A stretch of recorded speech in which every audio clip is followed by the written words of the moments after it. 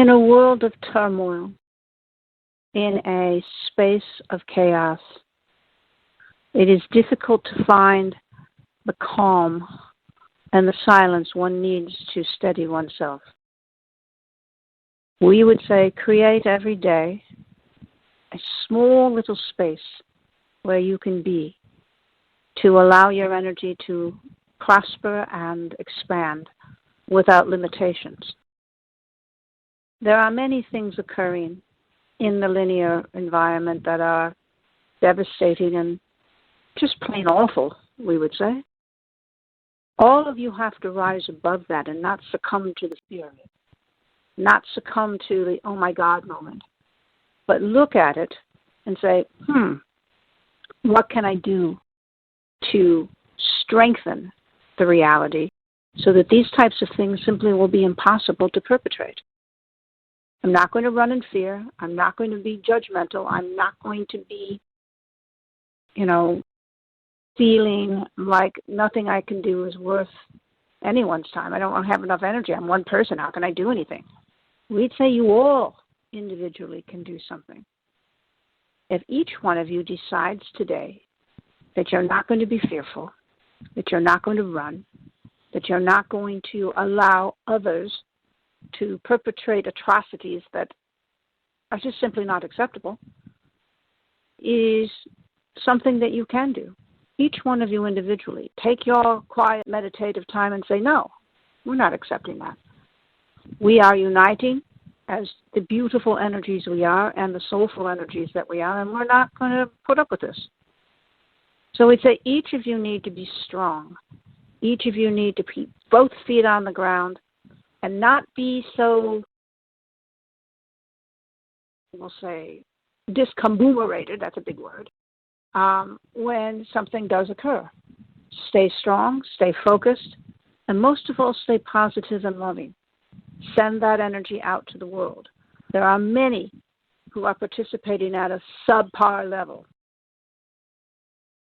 Send them the energy too, so that maybe they will have an epiphany and become better participants.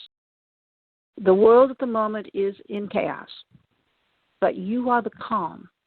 You are the breeze that blows through the evening after a warm day, that cools everyone down, that everyone seeks. Be the cool breeze in a chaotic world. That's the best thing that all of you can do. Question for Veronica. How are new souls created, and what energies create new souls? How is non-physical consciousness created? Is that all you want to know? Non-physical consciousness is created by an intersection of energy. So let's say two source energies intersect. And in that intersection, there is a spark that comes from it that turns into a being that is separate from the source. It sounds a little bit like linear, and we're putting it that way so that most of you can understand it better. But energy is created by an intersection, always. And the physical part of it manifests, and then the non-physical part of it manifests. And comes a creation. It becomes a moment of adaptation to whatever surroundings the energy wishes to participate in. It is always a beautiful gesture. And any time two source energies or two regular energies intersect, there is always great beauty in it and always a fond kind of awareness of how life is created.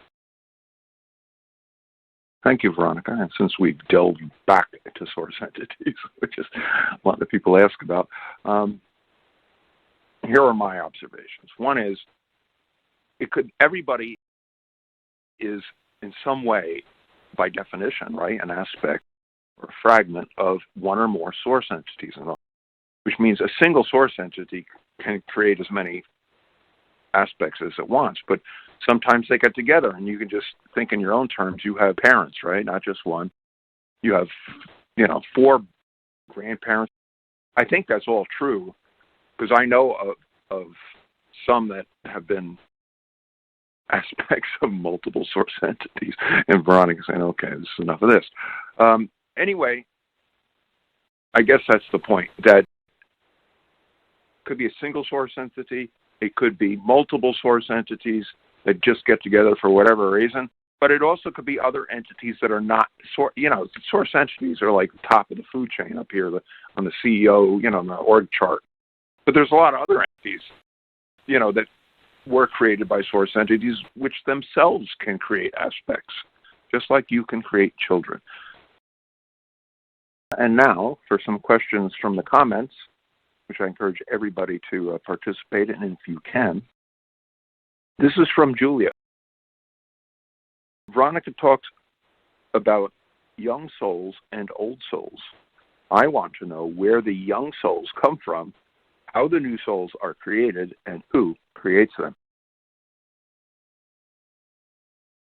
So you all come out very differently, and all of you have very different experiences.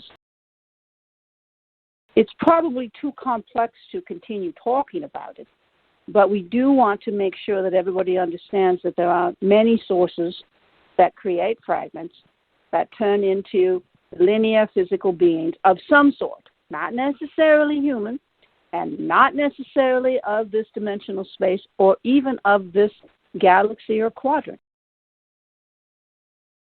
Well, thank you, Veronica. But since we've delved into source entities and we got tons of questions about them, I would like to also mention that I've personally spoken to about 17, I understand there's like 50 to 60 of them. And I always ask the same question as my test. Yeah, I'm sure they appreciate being tested. And that is, can they create life forms? And I remember, at least on 1 or 2, I said, well, and they, of course, say, yes, they can do anything. Anything they can imagine, they can do and create. So the creation part is kind of important. And I'm talking about the planet, the galaxy. Everything that happened after the Big Bang was all created. But in the early days, first of all, I didn't even know about source entities into this 15 years doing it every day. Okay, and I had been talking to 1 or 2 of them, and they never said, oh, by the way, we're source entities. And Veronica never told me either, which, is interesting in and of itself. But the question I always ask to find out if they qualified as a source entity in my book, right, because causal plane entities can do a lot of stuff. But I always ask them, can you create life forms?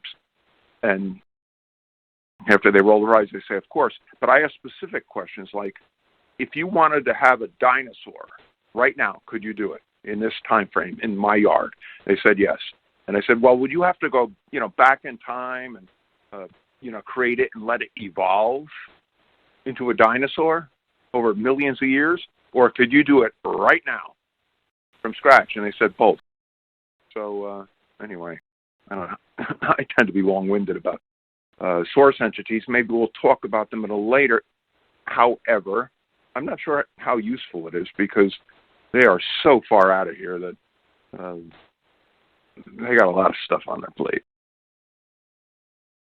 Oh, well, here's another example. This was a minor source entity that I was talking to after a bunch of other ones in the same night. And it came in, it was very humble. Most source entities are not what I would consider humble, okay? And they take a long time to even talk to them and get a relationship with them. And in the beginning, they used to, about Veronica in third person, frankly. They thought she was wasting her time on this planet. But now, some of them say, hey, can we get in on this? We'd actually like to participate in what you're doing, but tough luck. Veronica was here first. So at the end of a long session we had, I'm talking a 4-hour in-person session, one swooped in and very humble. And it was like almost an afterthought. We were just, getting ready to wrap the session. And it said its specialty was creating planets. And I said, well, that's really interesting. And it said, would you like me to create one for you? I said, yeah, that would be great. And by the way, could you make it in the Goldilocks zone, so that, humans could live on it and all that stuff. And it says, okay, 2 or 3 days, your scientists will make an announcement of its discovery. Now, this scared me because I don't like when any entity makes a prediction because of, with time and all the choice involved and everything else. I mean, Edgar Casey was wrong. I mean, so many predictions go right down the drain. So I didn't like that, especially since there was a client in the room. Anyway, 2 days later, they announced the discovery of a new planet in the in the Goldilocks. It was Galicia something. It kind of blew my mind, but even though I don't need validations, and I certainly didn't need them back then, it's still cool when it happens. Thank you, Veronica.